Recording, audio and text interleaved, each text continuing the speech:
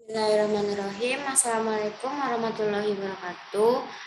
Perkenalkan, nama saya Talita Zalsa Nabila, NPM 023 dari Prodi Kesehatan Masyarakat. Di sini saya ingin menjelaskan tentang tugas etika, itu tugas yang keenam. Sebelumnya izin share screen kepada Bapak.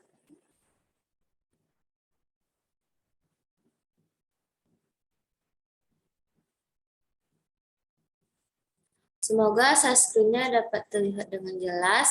Di sini tugasnya mengenai tentang kode etik profesi kesehatan masyarakat yang disusun oleh Talita Zalsa Nabila, dosen pengampunya Pak Nova Arikman, DR SKM MKes.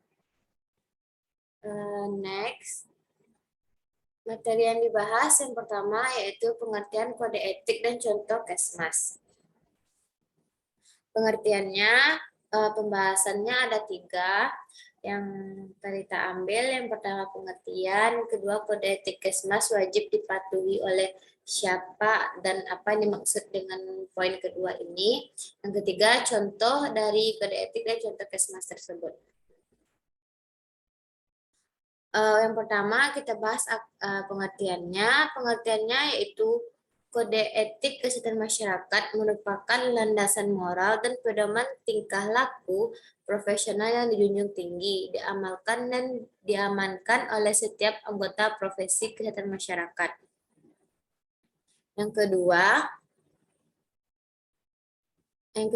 kode etik Kesmas wajib dipatuhi dan diamalkan oleh pengurus dan anggota organisasi tingkat nasional, baik itu profesi dan kabupaten atau kota. Dalam hal itu, untuk menjunjung dan menegakkan sebuah kode etik kesehatan masyarakat, seorang kesehatan masyarakat atau profesi kesehatan masyarakat perlu mengikuti pendidikan tentang kesehatan masyarakat. Tujuannya agar mengerti dan paham akan kode etik itu sendiri. Apalagi seseorang yang sudah menjadi profesional tentunya sudah mengetahui lebih mendalam tentang kode etik itu sendiri. Untuk menegakkan kode etik kesehatan masyarakat bisa dilakukan dengan memberikan sanksi berupa teguran, baik lisan maupun tulisan.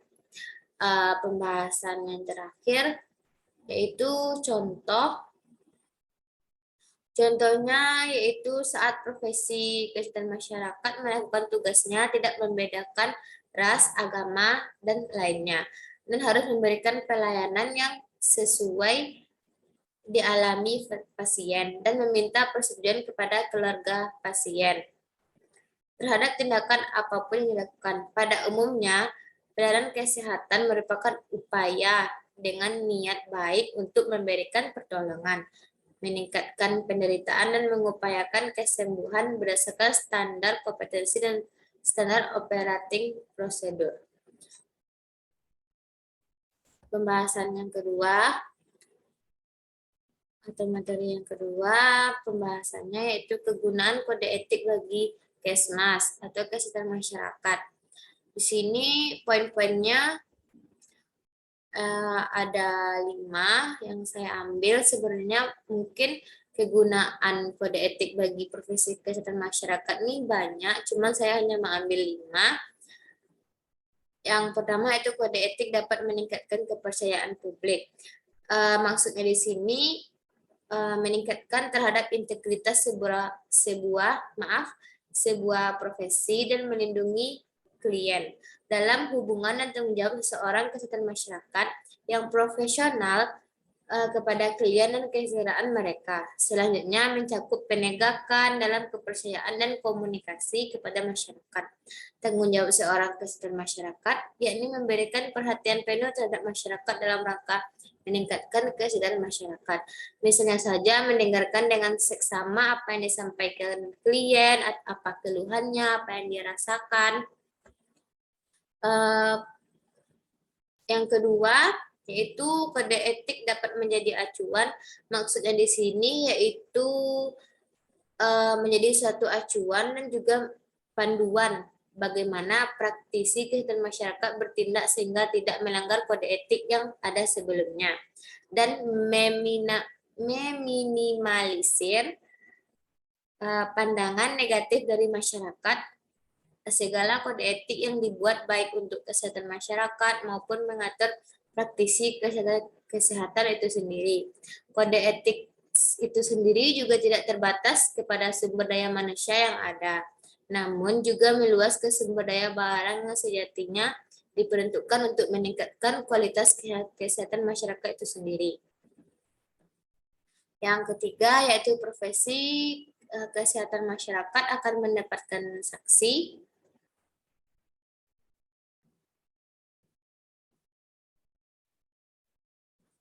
Maaf, mungkin ada kesalahan penulisan, bukan saksi ya, tapi sanksi, yaitu memperoleh sanksi etika dari organisasi profesinya, dan mungkin juga apabila melanggar ketentuan peraturan atau perundang-undangan, juga akan memperoleh sanksi hukum. Oleh sebab itu, suatu kewajiban bagi semua petugas kesehatan dari profesi kesehatan dan calon petugas kesehatan dari profesi kesehatan apapun untuk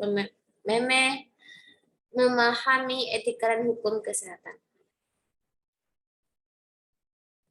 Yang keempat, kesehatan masyarakat untuk mencegah penyakit. Kesehatan untuk mencegah penyakit ini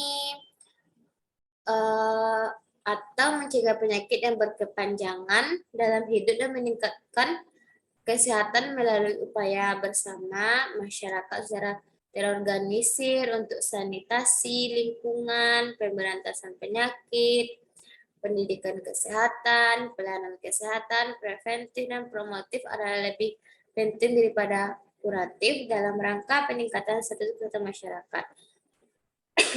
Maaf.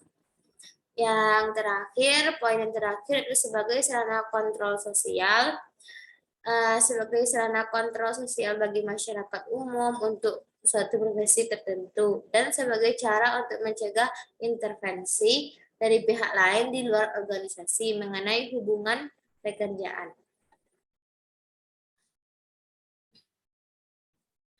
Yang ketiga yaitu kode etik IAKMI dan Persakmi Kesmas. Yang pertama yang kita bahas itu kode etik IAKMI, pasal 2 dasar hukum ada beberapa 6.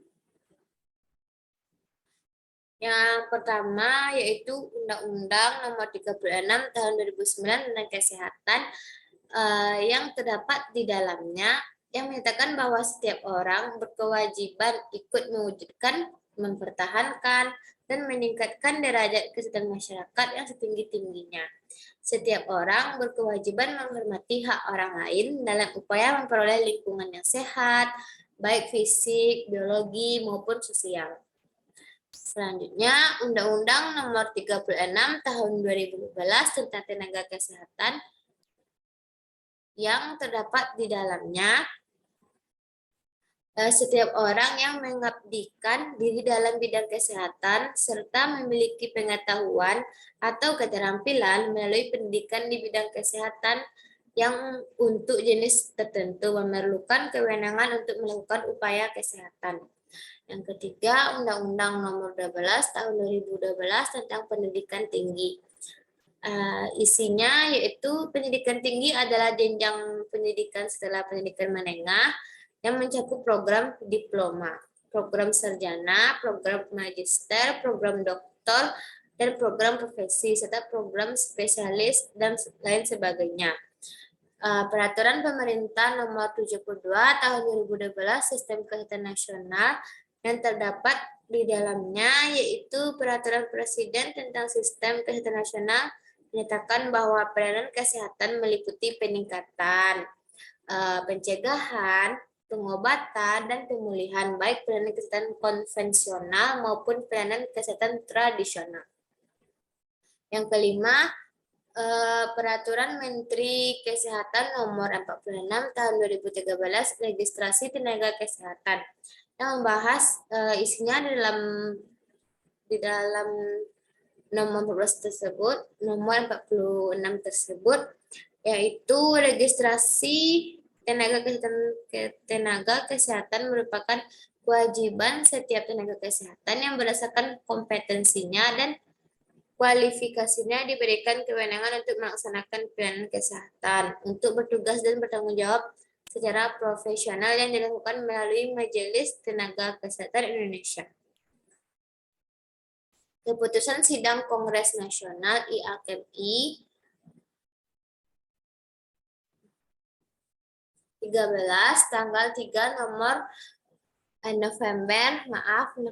2016 yang terdapat di dalamnya sebenarnya terbagi atas 4 juga, tapi saya hanya membacakan 1 poin saja, yaitu program pengembangan keprofesian berkelanjutan adalah berbagai upaya yang bersifat terus-menerus yang dilakukan oleh tenaga kesehatan masyarakat gunanya untuk mengembangkan dan meningkatkan pengetahuan, keterampilan, dan sikap profesionalnya di bidang kesehatan masyarakat tersebut. Yang B, yaitu kode etik Persakmi, ada kewajiban umum, ada kewajiban terhadap masyarakat. Yaitu kewajiban umum pada pasal 1, setiap profesi kesehatan masyarakat harus menjunjung tinggi, menghayati, dan mengamalkan etika profesi kesehatan masyarakat. Pasal 2, dalam melaksanakan tugas dan fungsinya, profesi kesehatan masyarakat lebih mementingkan kepentingan umum daripada kepentingan pribadi. Pasal 3, dalam melaksanakan tugas dan fungsinya, hendaknya menggunakan prinsip efektivitas, efisiensi, dan mengutamakan penggunaan teknologi tepat guna. Pasal 4, dalam melakukan tugas dan fungsinya tidak boleh membeda-bedakan masyarakat atas pertimbangan agama, suku, golongan, sosial, politik, dan sebagainya. Pasal 5, dalam melakukan fungsi dan tugasnya hanya melaksanakan profesi atau keahliannya. Yang kedua, kewajiban terhadap masyarakat. Pasal 6, dalam melaksanakan tugas dan fungsinya selalu berorientasi kepada masyarakat sebagai satu kesatuan yang tidak terlapis dari aspek sosial, ekonomi, politik, fisiologis, dan budaya. Pasal 7, dalam melaksanakan tugas dan fungsinya harus mengutamakan pembinaan kesehatan yang menyangkut orang banyak. Pasal 8, dalam melaksanakan tugas dan fungsinya harus mengutamakan pemerataan dan keadilan. Pasal 9, dalam pembinaan kesehatan masyarakat harus menggunakan pendekatan menyeluruh, multidisiplin, dan lintas sektoral, serta mementingkan usaha-usaha promotif, preventif, protektif, dan pembinaan kesehatan. Pasal 10 yang terakhir yaitu upaya pembinaan kesehatan masyarakat hendaknya didasarkan kepada fakta-fakta ilmiah yang diperoleh dari kajian-kajian atau penelitian. Mungkin sekian presentasi dari saya. Mungkin masih banyak kekurangannya. Saya mohon maaf. Assalamualaikum warahmatullahi wabarakatuh.